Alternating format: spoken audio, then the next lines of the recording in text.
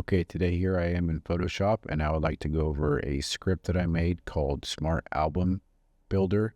And it is similar to my other two scripts, Smart Collage Builder and Smart Collage Designer, but this one is geared more towards people who would build an album. So in this case, this album is a 12 by 12 album. You can see right here the center of the page, and so it would fold right here. And this script can design full spreads or it can design individual pages. You can adjust settings, you can adjust image sizes. There's a lot of different things that you can do, and you can do them fairly quickly. So let's look here. You can see some of the spreads that I designed recently. This one's a full spread, so it would fold right in the middle of the image.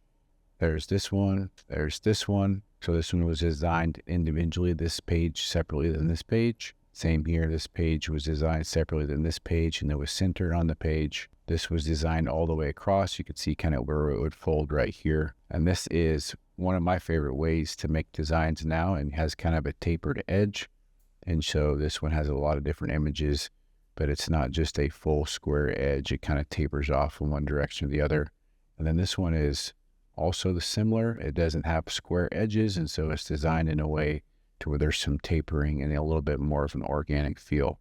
So a script usually is put inside the applications folder. And so here in Photoshop, inside presets and inside scripts, you can see I have all of my scripts here. So here's Smart Album Builder. And to install yours, you would probably need an administrator password to do that. But Windows is similar. This is a Mac, but you just put it in here. You don't have to have it in here, but it's the best way to run it is in here. Okay, to start something new, I'm going to hit File, Scripts, Smart Album Builder, and I have my user interface here with all the settings. So I'm going to select some images. I want to select these right here. I'm going to hit open, and then you can see that they're right here. You also have presets right here, so I can choose a preset. If you find something you really like, you can save it as a preset, and that way you can come back to it when you want to, and you don't have to remember what you put in. And so the build direction, you can either have columns, which will build this direction, or you can have rows, which will build this direction. And a lot of that is kind of just a user preference, and you'll find something you like. I'm going to keep the edge style square. The columns, I'm going to leave auto. There'll be several times where you'll want to make this a manual adjustment. And then the spacing between the images, I'm going to leave it 20. You can make it more. Aspect ratio, I'm going to leave it original. There's also a square 1:1 grid, and this has to do with the empty row alignment. If you have a square 1:1 grid and you have odd number of images that don't fill the final row, you can either center the last two or you can push them towards one direction or the other. But I'm going to leave it original, so that won't matter. The scale is how big the pictures are. You'll use this a lot for spreads, and making this smaller will also let your images fit a little bit better. Background, I'm going to leave it none. And then here is some tips if you would like to go through some of the tips. And basically what you want to kind of gather is adjusting these settings are going to make a big difference in how your images and your spreads look. And just the more you adjust things and the more you become familiar with it, the more easily you'll be able to make it. The split spread means that I can either build it all the way across as one spread, or I can split it in two, and I can split it vertically, which means it would split right here. And it would build this side, and you could either have it hug the gutter, which would be right here, or you could have it centered in this area. You can also adjust the size of the gutter. So right now it's 20 because I want to match the spacing. So it would be 10 pixels on either side. You can enable borders. Right now it's borders of 40 all the way around. That doesn't always work. Sometimes it goes to the outside just a little bit, and that's where you have to adjust the scale. But adjusting these borders will change the look of the spread. Okay, so we have some images selected here. There's not very many, so we're just going to hit build and see what happens, and it will make a spread for us. And because we were on the left side of the page here, it kind of made sure that the top and the bottom border was the same, and it hugged the spread, but it kind of pushed things out just a little bit this way. So this is where I would go in and I would adjust the scale, and I want to make sure that randomize is checked, and I want to hit reshuffle. And there we go. So there we have a little bit better view of how this goes. And so if I wanted to, I can make this to where it's the centered. And so what I want to do now with this is I want to put center on page and hit build. And I like the way that looks, just like that. And so to move on, you have a couple different options. Because I have already decided that I want to keep this the way it is, I either want to keep and move on or keep and close. So I would do this when I'm done with everything, or I can just cancel and get out of it. Because I'm building the right side of the page now, I want to keep this side visible so I can kind of look at it. So I'm going to click on keep visible and I'm going to hit keep new. And this is going to allow me to build another side of the page. And so I'm going to change this to the right side. I'm going to select some new images. Okay, so I'm going to select some new images here. And you can see that I have them up here selected. And let's just kind of leave the same settings, but we're on the right-hand side of the page. And so we still have the scale at 80, so it should kind of match the top and the bottom. And we're going to hit build. There we go. And so this is, again, kind of centered on the page. It has the same borders here and here. And this is a nice built spread. If we wanted to, we could hit reshuffle. Let's do that one more time. And that looks really nice.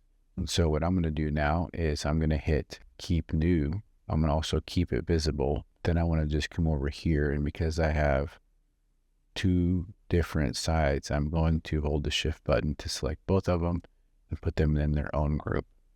And so I can turn these on and off now. So I'll turn this off. I can come back over here and I can select new images. So I'm going to select some of these here. I'm going to open them up and you'll see them. This area right here will change. So I have 8 images selected. And let's uncheck the split spreads and let's just hit build. Let's actually change this back to 100% and hit build. And there we go. I think I probably changed this a little bit because I don't really like that it folds right here in the middle. Let's just see if we hit reshuffle and see what happens. And it kind of does the same thing there. And so let's change the edge style from square to tapered and see what happens. So this is a kind of small taper. So there's only 4 columns. Let's change this from 4 to 6 and hit build. So this is actually a lot more interesting. And because it's tapered off, it has kind of more of an organic feel, but it also splits right here in the center. And so this is something that I would probably keep. And so let's uncheck the keep visible and we're going to hit keep in new. And we're going to make something new. So let's go here and select some more images. So I'm going to select these right here and I'm going to hit open and I'm going to change this from tapered to square and I'm going to change this back to auto and aspect ratio. I want to click 1:1 grid now. And so we're going to choose the left side. So we're going to go left. We're going to split the spread left side and we're going to randomize the images and hit build. And that did really a pretty good job. I am going to need to adjust these images because they're not fitting inside the frame. And that's really easy to do. So what we're going to do is we're going to go over here and you can see that each one of these images has its layer mask. And the layer masks can be linked to the images and they can be unlinked to the images. So if I link them, you'll see that they add this here. And what that does is this allows me to change this entire collage, the size. So I hit Control T and I can make the entire collage smaller, but I don't really want to do that. So what I'm going to do is I'm going to unlink the layer masks. And then if I choose the selection tool and then the auto select, I can double click on this image and I can move and adjust it inside the layer mask, which is really helpful. And you can even hit Control T and you can make it a little bit bigger. So then when I'm done with that, I usually link the layer masks back together and then I would hit keep in new, but I want to keep this visible because I want to look at it in comparison to the right side. So I'm going to hit keep new. So then I'm going to select more images. Definitely. I'm going to select these 4 photos right here and open. Now I have 4 images selected. I'm going to be on the right side and I'm just going to change the from 1:1 to back to original and hit build. So this extended didn't quite fit. And so let's hug the gutter here and hit build again. And so this is where this is a little bit too big and goes off here. And so what we're going to do is we're going to adjust the scale down. Let's go to 90 and hit reshuffle and see what happens.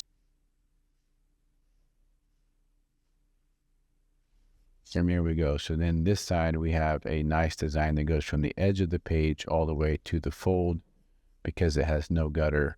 And so this is a nice spread. So I hit Control H, turn off guide, and you can see what this looks like. So when I'm done, I will just hit save and close. Thanks for watching. Let me know if you have any questions.